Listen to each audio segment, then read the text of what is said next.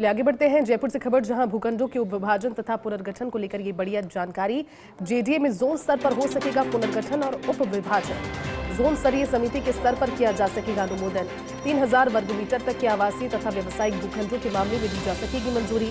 पुनर्गठन व उपविभाजन की दी जा सकेगी मंजूरी। जेडीसी सिद्धार्थ महाजन की पहल पर बड़ा फैसला किया गया। जेडीए की कार्यकारी समिति में किया गया ये फैसला। जेडीए अध्यक्ष झाबर सिंह खरा की स्वीकृति से लागू होगा फैसला। अब तक 1500 वर्ग गज से बड़े मामले में दी जाती थी स्वीकृति। जेडीए की भवन मानचित्र समिति लेआउट प्लान की दी जाती थी स्वीकृति और इस नए फैसले से इन प्रकरणों का त्वरित गति से हो सकेगा निस्तार। तो भूखंडों के उपविभाजन तथा पुनर्गठन को लेकर ये बड़ी जानकारी। जेडीए में जोन स्तर पर हो सकेगा पुनर्गठन और उपविभाजन।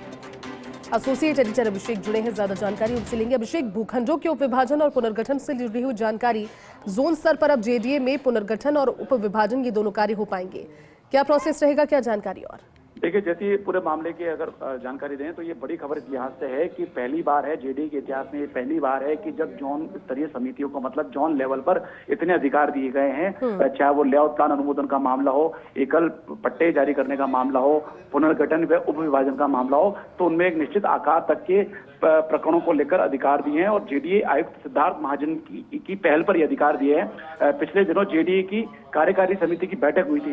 इस समिति की बैठक में इस तरह से जो जोन है, जेडीए के जो जोन है, उनके अधिकार बढ़ाने का फैसला किया गया।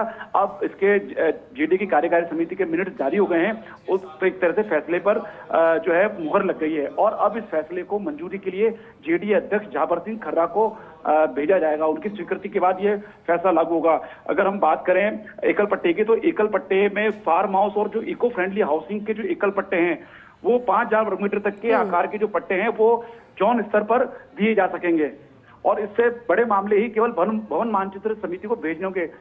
इसी तरह अगर एकल पट्टे, जो साधारण एकल पट्टे की बात करें तो 1500 वर्ग मीटर तक के जो निजी खासदारी भूमि पर जो बसी योजनाएं हैं, उनके 1500 वर्ग मीटर तक के आकार के एकल पट्टे जोन स्तरीय समिति द्वारा दिए जा सकेंगे। इसके ऊपर के मामले ही भवन मानचित्र समिति में भेजे होंगे।